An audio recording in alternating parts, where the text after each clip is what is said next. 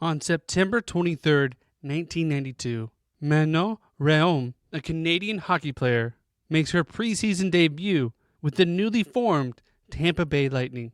But what made this special was that no other woman had ever played in an NHL game of any type, and made her the first woman to play in one of the four major North American pro sports leagues. We're going to dive into how she got here and why she was chosen today on Daily Sports History. Welcome to Daily Sports History. I'm Ethan Reese, your guide, as you daily learn more about sports history, increasing your sports knowledge. And today's trivia question to listen out for is, what magazine was Manon Rhéaume asked to be a part of after becoming the first professional women's hockey player? Now, Manon, as you can guess by her name, is French. She grew up in the French part of Quebec, Canada, speaks French and English, but has a very strong French accent, as French was her first language. And she grew up, so as many Canadians do, surrounded by hockey, as her father was a hockey coach and ran the local rink in her town. And her brothers all played hockey, including her brother Pascal, who also made it to the NHL. And because of this, Manon began skating at the age of 3 in a rink in their backyard, and she was often practicing in the goal, as most of her brothers were older. But she didn't need to be as fast as them or as strong as them to play goalie. She could still block the puck at any level, no matter the size of her brothers. And this really helped her develop as a player and really gave her her position of goalie. And she started playing with the boys early, as when she was young, one of her father's teams was missing their goalie and didn't have enough players to play. So she stepped up and said, I can play goalie. And it was the first time she played against the boys. But she would do this throughout her early life, as women's hockey back in the pre-2000s was very limited.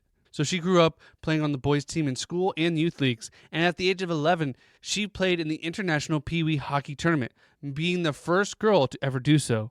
And in 1991, she played in the Louisville of Quebec Tier 2 Junior Hockey, which is a level of kind of minor league semi-pro hockey. Also that same year, she became the first woman to play in a major junior hockey game, which is the highest level of amateur hockey. Although she did struggle, as she came in her first midway through her first game and let 3 goals go in on 13 shots, and would only play 3 games in juniors. But she did not only play with the boys. In 1992, she was the goalie for the Canadian Women's World Championship team, where the team won gold, and she only gave up 2 goals in 3 games. And this really put her on the map for a new expansion team for the NHL, the Tampa Bay Lightning. Now, in the 1990s, the NHL was expanding, had multiple expansion teams start up, and Tampa Bay was one of those teams. And Phil Esposito, a former hockey player,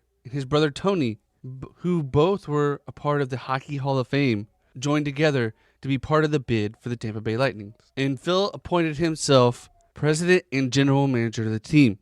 And in putting the team together, he came across Manon, who had just had success with the women's Canadian hockey team, and brought her in for training camp. Now, one reason they also brought her in was many said she was very attractive. And even Playboy thought so, as after this, they offered her thousands of dollars to pose in their magazine, which she actually refused due to her values. But she went through training camp just like everyone else. And at this time, and even though she knew it was mainly a publicity stunt, she thought at least it was giving her the chance. It got her into the door, and maybe she could make some noise. Maybe she would actually turn this into an actual chance to make the team. And on September 23rd, 1992, in a preseason game against the St. Louis Blues, she came in the second period, becoming the first woman to play a game, albeit preseason, but still playing a NHL game in sports history. Although she did struggle, she allowed 2 goals on 9 shots. And soon after this, she would get cut. But the Atlanta Knights of the International Hockey League, which is a minor professional league, would go on and sign her. And for the next 5 years, she would bounce around from different teams in the minor leagues, fighting for her chance to make it to the NHL. And in 1993, she would actually be brought back again in the preseason for the Tampa Bay Lightning at another shot. Although, again, she did not make the team and went back down to the minors. And in 1997, she would retire from professional hockey and begin to start coaching. And in 1998, she was part of the women's Canadian hockey team, who made it all the way to the gold medal game, losing 7-4 to the United States, but winning a silver medal. As well as in 2000, she became the marketing director of Missions Hockey, helping develop and promote girls' hockey equipment for the next few years. And in 2008, the Western Women's Hockey League started up, and she joined the Minnesota Whitecaps and helped lead them to the championship.